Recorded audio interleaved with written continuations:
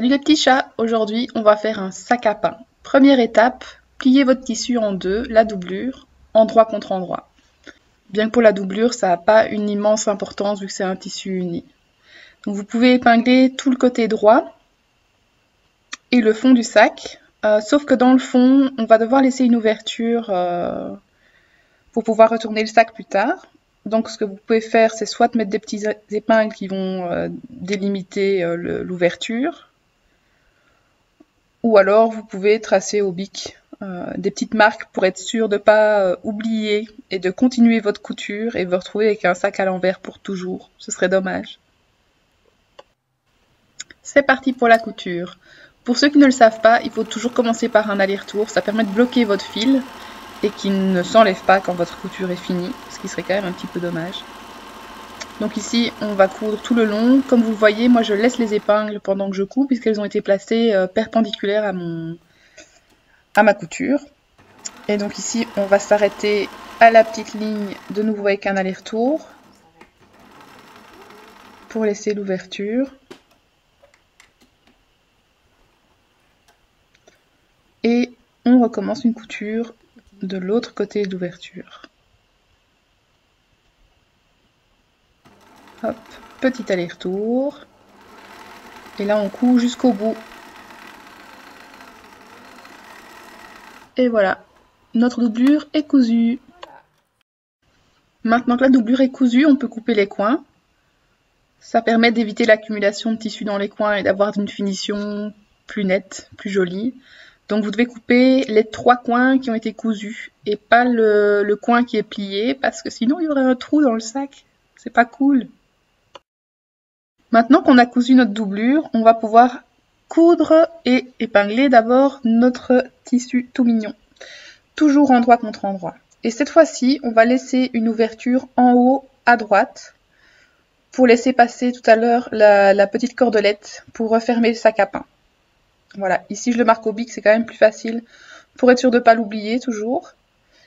Et on vient épingler le côté et le fond. Donc comme je l'ai montré pour la doublure, moi j'épingle de façon perpendiculaire pour pouvoir coudre en gardant les épingles. Certains retirent les épingles au fur et à mesure de la couture, ça c'est un peu à vous de voir. Et donc ici vous voyez, j'ai oublié de vous dire qu'il fallait mettre l'étiquette entre les deux tissus.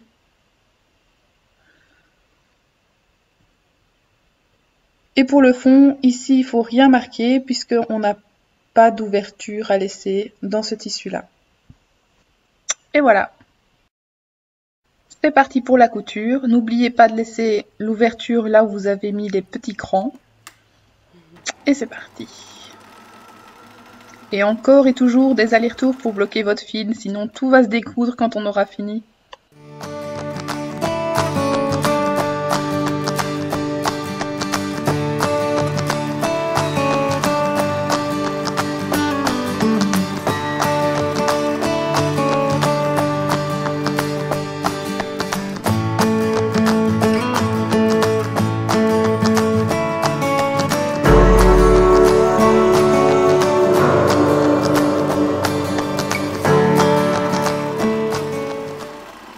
Et le petit aller-retour pour terminer la couture.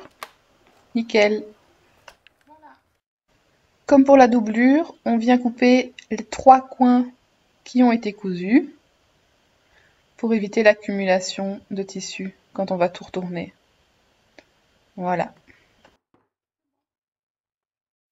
Maintenant qu'on a cousu nos 2 tissus, on va pouvoir mettre la doublure dans le sac. Donc il faut juste faire attention d'opposer les 2 coutures en fait, de nouveau pour éviter les accumulations de tissu. Donc première chose à faire, c'est retourner la doublure, bien repousser les coins.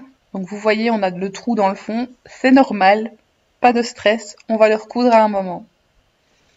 Voilà, une fois qu'il est retourné, on vient le mettre à l'intérieur de l'autre tissu, en opposant, comme je disais tout à l'heure, les coutures. Donc la couture du tissu coton ici est à droite et la couture de la doublure est à gauche.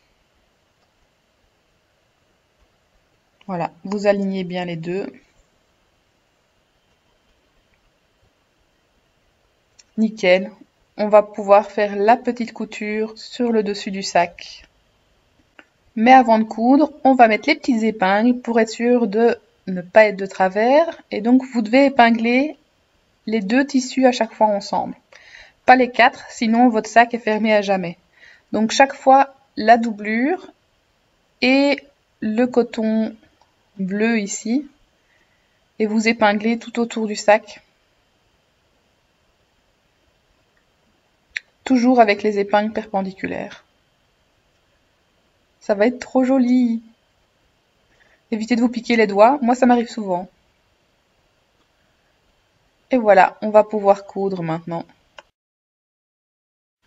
Maintenant, on va pouvoir faire une couture le long du trait, ici, le premier des 2, tout autour du sac. Alors, c'est toujours mieux d'écraser les tissus autour de la couture, voilà, comme ça, on voit plus ou moins. Ça permet de nouveau d'avoir moins d'accumulation de tissu au niveau des finitions. Et c'est parti!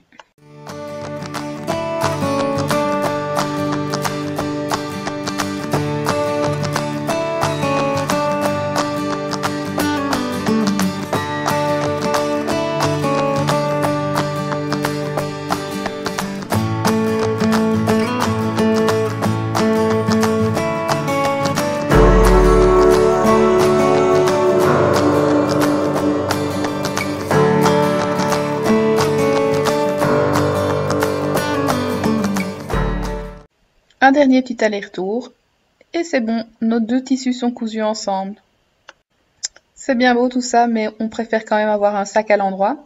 Donc ici, on va rechercher vers l'ouverture qui était dans le fond de la doublure. On va rechercher le tissu pour tout retourner. Voilà, nickel. On repousse bien tous les coins de la doublure et de l'autre tissu. C'est là qu'on a notre petite étiquette dont j'avais oublié de vous parler tout à l'heure. Après voilà, vous la mettez pas, c'est comme vous voulez. C'est toujours sympa aussi si vous voulez mettre une petite étiquette en tissu enduit pour mettre le prénom des enfants pour le sac de gym, etc. Et voilà. C'est le moment de coudre le fond du sac. Donc ici, moi je mets des épingles pour délimiter l'ouverture, pour voir le début et la fin. Ici, le trou est assez grand, donc on peut en mettre une 3e au milieu. Vous pouvez aussi repasser si c'est plus simple pour vous, si vous avez une meilleure vue. Donc voilà, ça c'est un petit peu comme chacun le sent. Vous pouvez coudre à 2 mm du bord plutôt qu'1 cm, comme ça la couture sera plus discrète. Même si c'est l'intérieur du sac, c'est quand même une couture qui reste apparente. Donc voilà, c'est un peu plus esthétique quoi. Et voilà, encore une étape de faite. Maintenant, on vient couper les petits fils qui dépassent. Voilà, de chaque côté. Et on va mettre la doublure à l'intérieur du sac. Hop, hop, hop. Sur un sac à pain, c'est pas trop compliqué. Le pire, je vous le dis, c'est le sac à baguette. On met bien la doublure dans le fond, dans les coins. Et voilà, maintenant, on va pouvoir venir piquer une couture sur le bord du sac, ici, pour pouvoir mettre la corde. Attention de ne pas coudre au milieu du trou qu'on a laissé tout à l'heure pour pouvoir laisser la cordelette passer. Et là, on va coudre tout autour du sac. Ici, je couds avec un fil de couleur crème, mais c'est vrai que sur un tissu foncé comme ça peut être pas mal aussi de le coudre avec un fil bleu foncé ou même noir. Ça, c'est un peu selon vous aussi, selon vos goûts. Vous pouvez être créatif, hein, pourquoi pas mettre un vert comme les petits points, ou à vous de voir.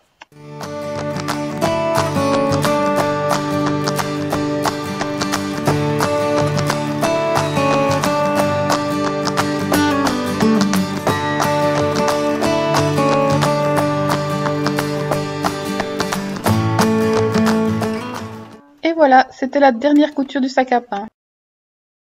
Il ne reste plus qu'à couper les petits fils à l'intérieur et à l'extérieur. Et après, on pourra enfiler la petite cordelette. Alors, pour enfiler, dans les box, vous avez une épingle de sûreté ou épingle à nourrice.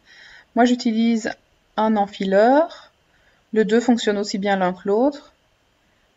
Et donc, ça va nous permettre de mettre la petite cordelette à l'intérieur sans la perdre, le petit truc qui dépasse, par le petit trou qu'on a laissé. Et voilà, c'est parti.